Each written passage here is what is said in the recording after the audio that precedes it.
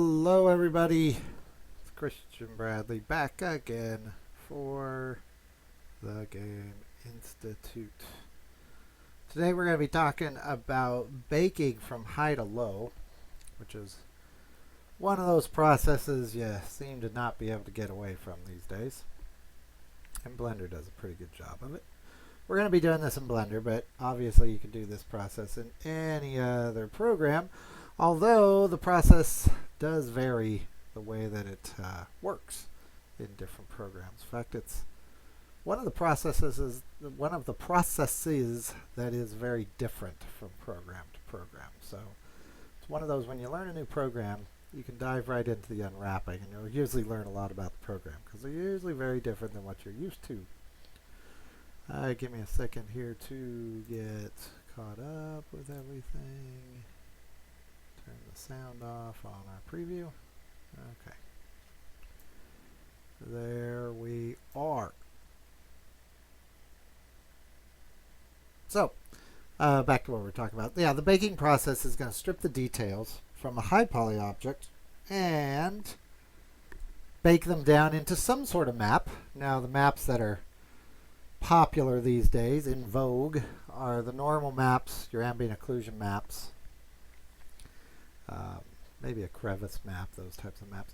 All of them are maps you get a choice of in Blender.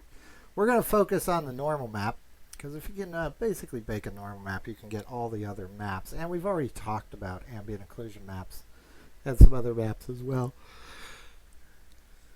This is going to be kind of a beginning level attempt at this. And this is one of those subjects in our curriculum that we're writing that tends to pop up in every class. So what I've tried to do is do a couple different levels of it so that if you were in the curriculum and moving through the classes, it would slowly get more and more detailed as we go. So let me get set up here and then we'll get going.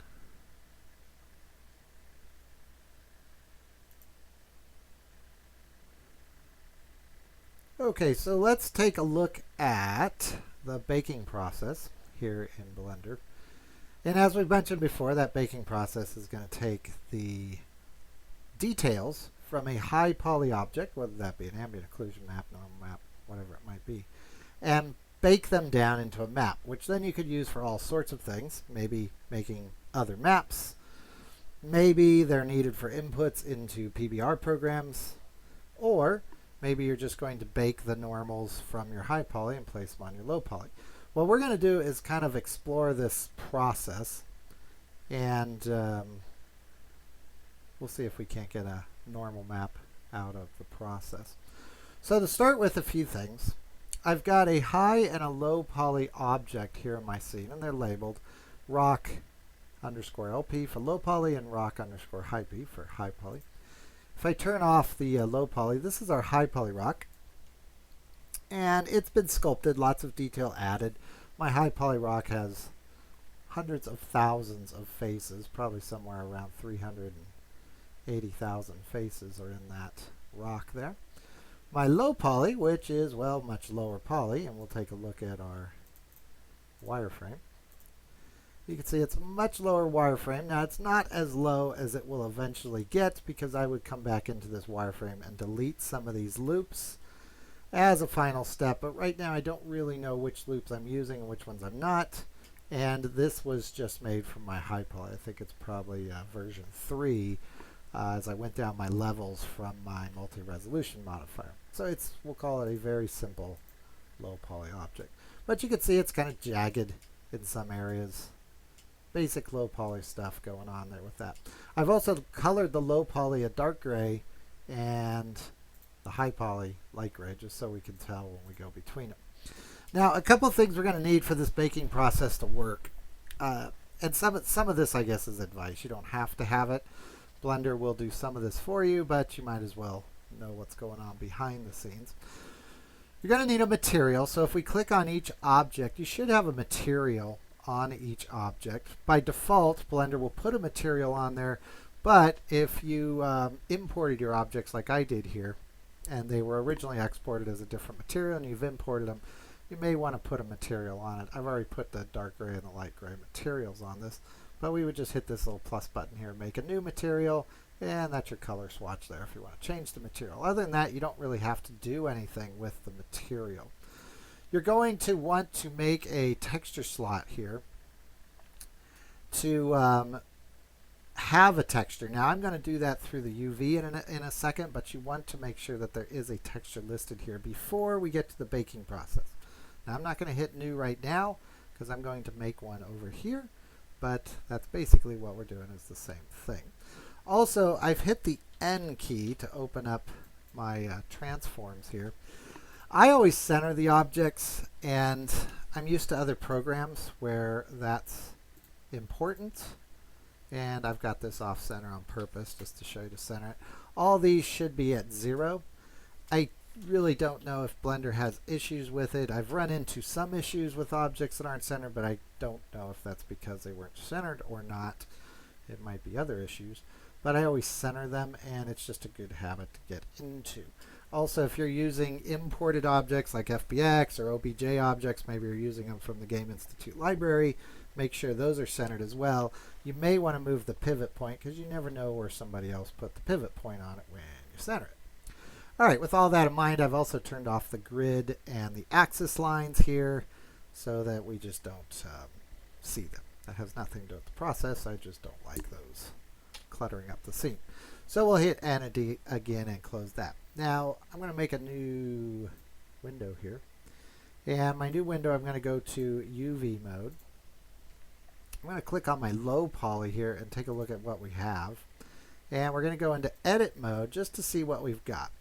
Now, my rock is already UV'd. At this point, if your low poly object doesn't have UVs, you need to generate the UVs. If you want to just generate them using auto unwrap, well, that's fine, but you're going to end up with a lot of seams. Or you can take the time and UV them properly. My rock here has kind of got some blobby shapes, so they're nothing special, and you can see there is a lot of polygons there. A lot of those polygons, again, would be removed as I go in and delete those edges once I see what I have to work with in my normal map and my high poly bake. But that would probably be the last step that I do. So we're going to have a lot of polygons for this. That's okay. Only the low poly needs to be unwrapped. The high poly, well, you wouldn't want to unwrap anyways. Nobody would want to deal with unwrapping that high polygon mesh. So we don't need to unwrap it. But we do need the low poly to have UVs, or this whole thing's going to fall apart and it won't work. Remember, you can only see the UVs in edit mode. And right now I'm in polygon mode in edit mode, so they're showing up pretty clearly over here. I'm going to leave both these windows open for the time being, but at this point you wouldn't necessarily have to. Next, what we're going to do is create a new map, and I'm going to call my map test UVs, or not test UVs, how about test bake? How about that? There we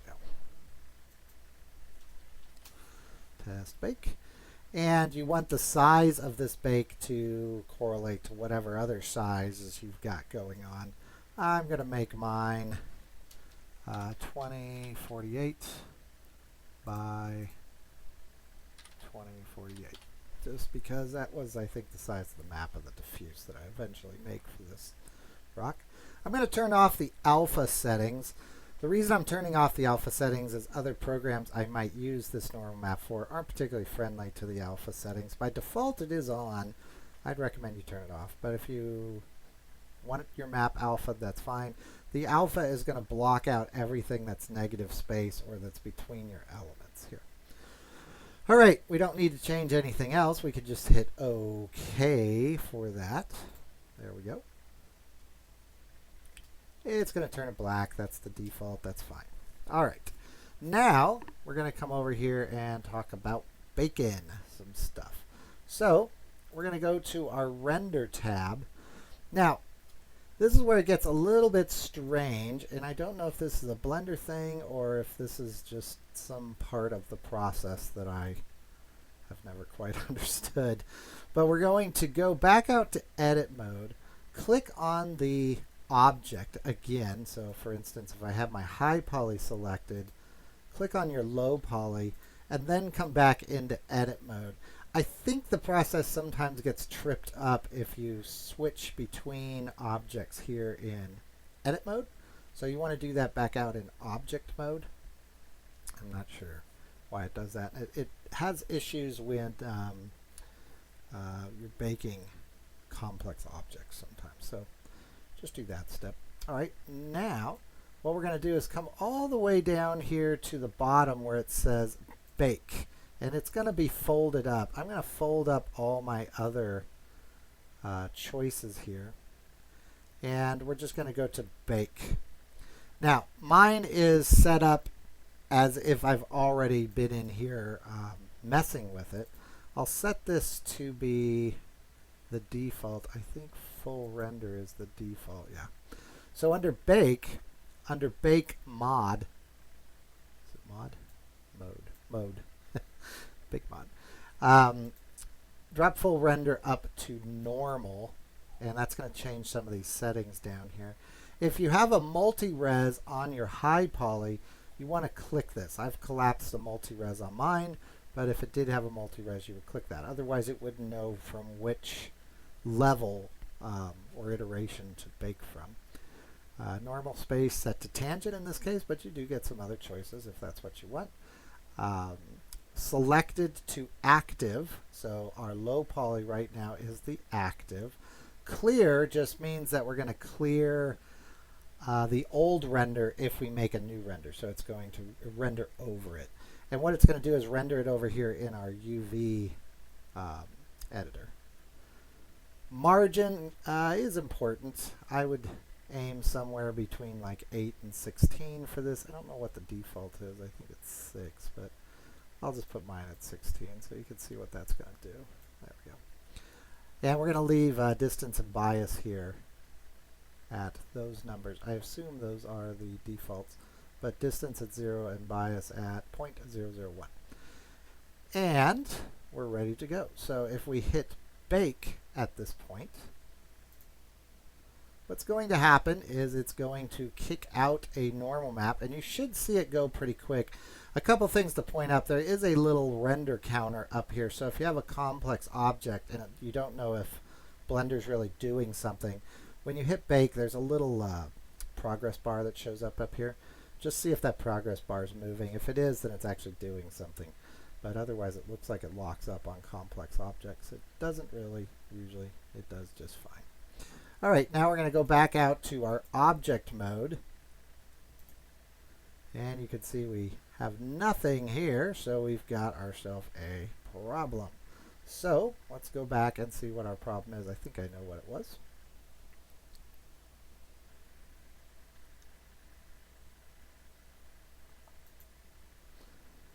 So nothing here. So we've got a problem we need to go fix, and I think our problem's over here in our textures. Remember I said there needed to be something here.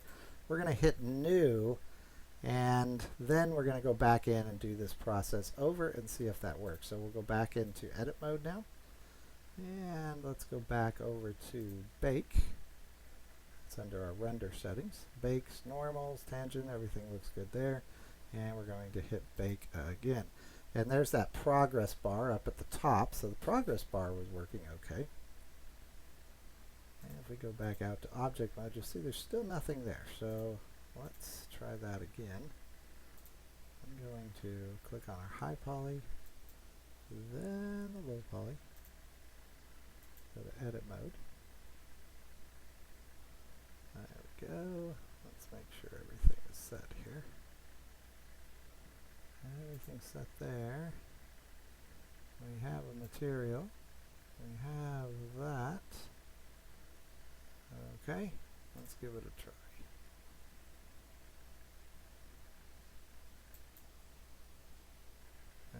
It still didn't work. Alright, let's see if it's baking anything. Let's go to ambient occlusion. We'll hit bake with that and see if it's baking anything. Now the ambient occlusion is working. You can see it up here.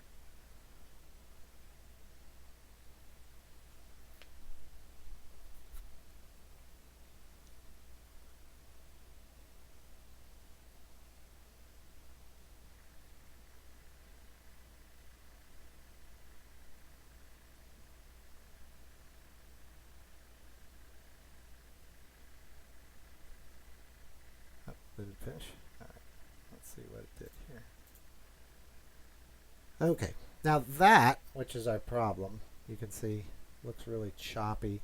That's our issue, and there is a way to get around that. I just need to remember what it was. So if I go to object mode, we've got our new map. We'll make a new map here.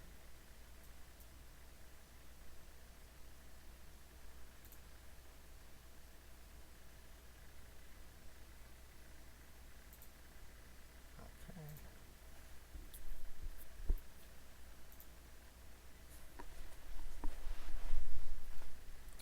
Alright, and let's see. Do we have a multi-res on this? We don't have a multi-res on this, do we? No. Okay.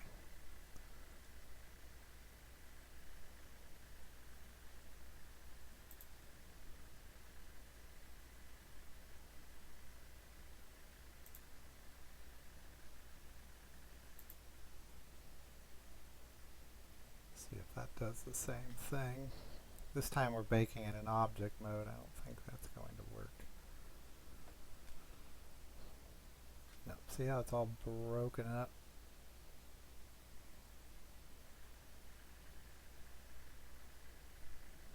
That's not what we want. Let me check my notes over here. And we will get it to work.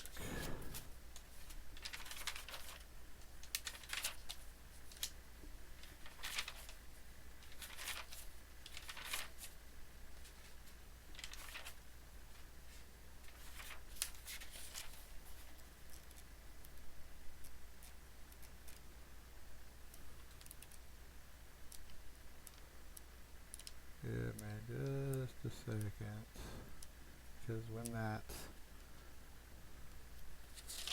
little half-baked stuff shows up, there's a reason for that.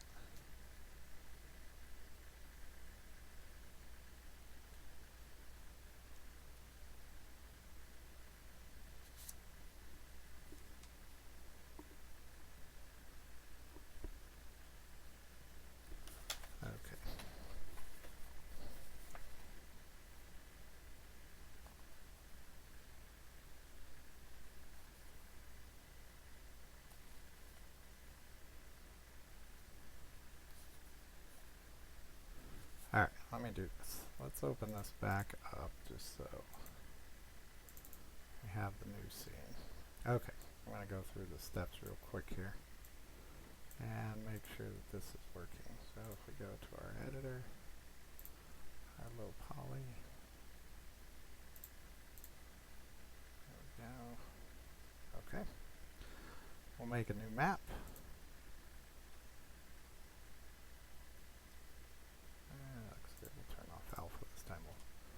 Just make it smaller so it renders faster, just in case it's still not working.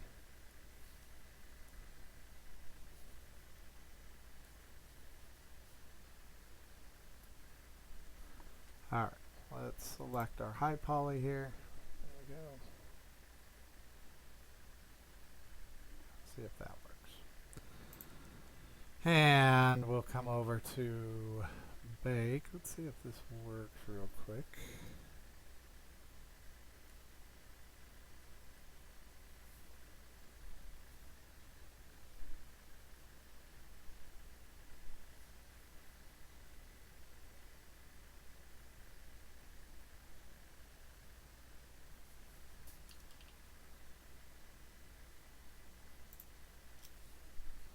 Okay, so I'm going to hold down shift and select the low poly. And then we'll go over here to edit mode. And if that works, I'll show you what I did. I think that's the problem, is we didn't tell it the high poly to bake from. That's that step I mentioned. And I screwed it up. Okay, make sure all the polygons and UVs are selected here. And now, if we've got our bake set up, it looks like we do. And we'll hit bake. And what's it baking right now? Okay, normal map. So we should see it doing something here in just a minute. Yeah, okay, it worked. So that's what the issue was. It's that step. You have to go back out to object mode to make it work. And I'll show you in just a second what I mean. But if we jump back out here to object mode, you'll see we have our normal map. Okay, let's do that all again so that it actually makes sense. So I'm going to go to this one. We'll open that guy back up.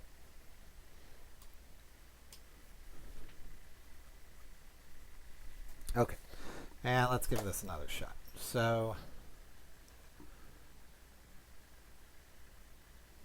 I'm going to start my recording over so I don't have to do this again.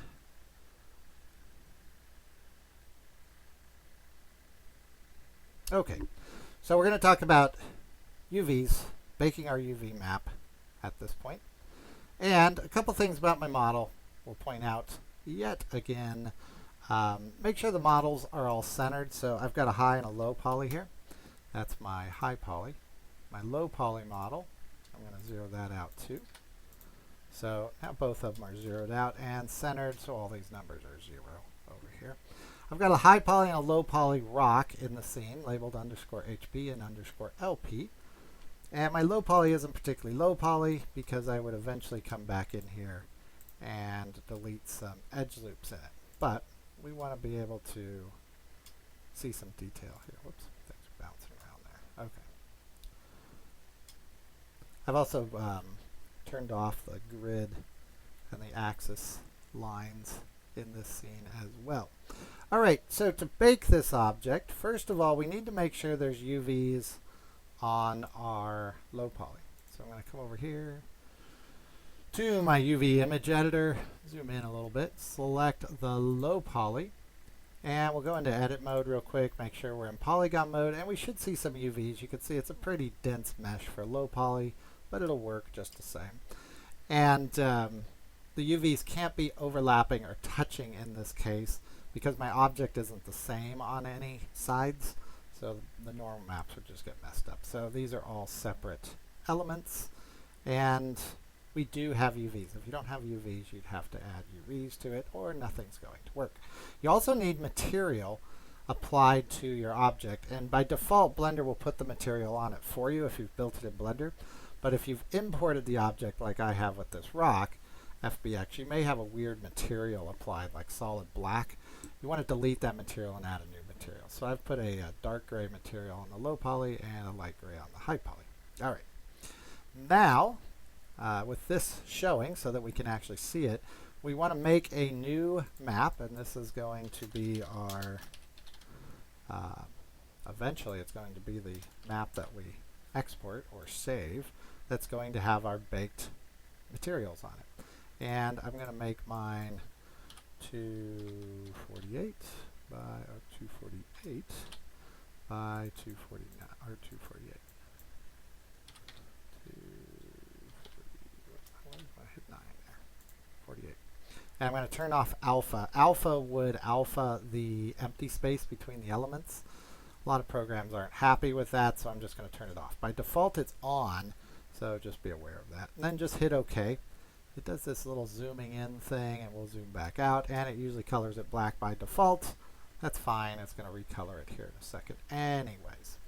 All right, next, we're going to come over here to our tabs. Let's make sure we have a few things real quick. Make sure there's a material on both objects. So we're in object mode, yep. So we've got a material on our high and our low object. So we're good to go. Our high doesn't have a material. We'll put a material on it. Okay. And our low poly. So we're good. And we want to select, in this case, the high poly. And we're going to go back out to object mode for this for a second. So make sure you're in object mode. Now this part's a little bit strange, and I don't quite know what's going on behind the scenes with Blender with this step. I find it to be a little clunky. This is where I always screw up. Is you need to select the high poly in object mode. You can do that through your outliner if you can't get a hold of it. Then hold down Shift and select the low poly. And what that's telling Blender is what object is being baked to what object. You could think of it as linking the two objects. And then I'm going to go back into edit mode at this point. We'll see everything that we saw before. Now we're going to hop over to render. I'm going to go all the way down to the bottom here, and we're looking for bake, and usually it's folded up. I'm going to fold up everything else here and unfold bake. Now mine is set up like I've been working with it. I think by default this one will be on full render. Change that to normals.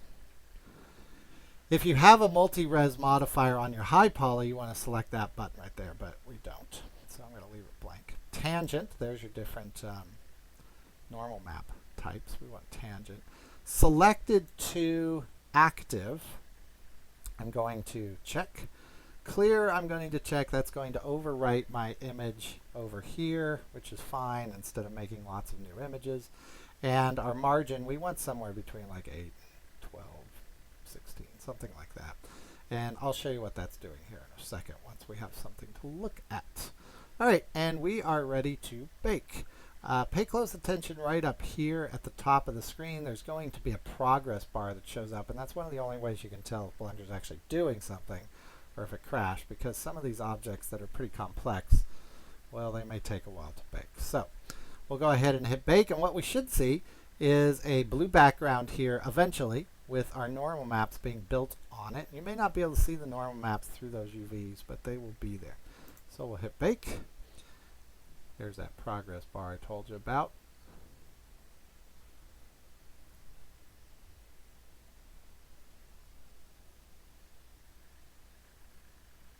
Okay, and now it's done, and it actually worked. I could see the margin there. By the way, that setting right here, 16 pixels, that's that blurry edge you see, and it's rendering 16 pixels outside the element. We need that for blending at the seams. Now, I think you only need 4, 5, 6 pixels worth to do that. Any more won't hurt. It just makes your normal maps look a little bit uglier, but that's okay. If you want to see what everything looks like, you can go back to object mode. There is your normal map. So that is the high poly detail that has been baked to the low poly UVs. And now we just need to apply them. So the first thing we need to do is save this image. Remember, Blender does not save the images it generates. So we want to save as image, and I will save this to my lesson folder. We'll just call it rock_n for normal. We'll hit save as image. All right, we can close this now. We don't need it. And I'm going to go ahead and hide the high poly. In most cases, the high poly is done at this point. So we would just let it go away or store it somewhere else. I'm going to hit new under my material, and we'll open our rock normal map. Now it's going to color it blue because it thinks it's a color map right now. So we're going to uncheck color, and we're going to check normal. And you'll see it looks kind of flat, like tin foil right now. It looks like a baked potato that's been wrapped. That is because up here under sampling, under image sampling, again, that one's usually folded up. But under image sampling, we need to select normal map and tangent space. And now it should look just like our high poly object. We can play with our lights here so we can see it a little bit better. And we'll just change that to how about a spotlight? That'll work. And you can see that bumpy detail there. My material is also really dark here. Let's make that a little bit lighter. There we go. So you can see that bumpy surface that we've created. Now the normal map does not displace anything. Your mesh never changed. It just makes the mesh look bumpy. The problem with the normal maps are the profiles, which don't change either. So you've got some jagged profiles there that would need to be fixed. And obviously our mesh is way too high poly. We need to go in and delete some of those edge loops that we don't need. But now we would at least know which ones we didn't need. So when you bake your maps, remember you have some other choices there. Under normals, or it said full render by default. Ambient occlusion is one that we're going to use quite a bit. The other ones, vertex colors, we use sometimes, specular colors, but you can see there's lots of different choices there. And if it matters, this is the Blender render version of this process. There's another version of the process that you can use under cycles that gives you some different map choices as well. So, yeah, baking textures. It's not going to go away. We're going to be doing a lot of that on models here in the future. So the process is pretty simple. I had forgotten to do that shift select trick. If you ever see that kind of shattered glass looking render where it looks like it's rendering every other triangle, that's because you didn't identify the high poly to the low poly. I think what it's doing in that case is it's rendering the normal map with the high poly shearing through the mesh. So that's why it looks like it's only rendering half of it. But I find that process of the shift click when you have to exit back out to object mode to be really clumsy. They need just a drop down button in the bake menu, like right there at the top that says my high poly mesh is, and then drop it down, and then something like, bake to selected right under it, or something like that. It needs to all be in the same interface instead of doing that shift click trick. So, yep, pretty nifty process. I've had to do a lot of this lately, like in the last couple months for some other projects I'm working on. And I don't have a lot of high poly models here for Game Institute. I have high poly models I've been working on for other clients, but for Game Institute, I haven't done a lot of high poly because we've needed a lot of volume of stuff right now. I can always go back and make those low poly objects into high poly objects, rebake the normal maps. But we've been doing some lower poly stuff. Otherwise, I'd be, sculpting something for a lot of episodes, and we were doing that, but that was getting boring, so not doing that right now. All right, everybody, we are back tomorrow. Remember, tomorrow's our late day here on my time, at least. So I'm on at night, my time. We're on at 7:30 Pacific time. What is that? 3:30. 3:30 at night. I think it's 3:30 at night, GMT time. For those that would like to join us, and then we'll be back Friday early in the morning, 9 o'clock a.m. my time.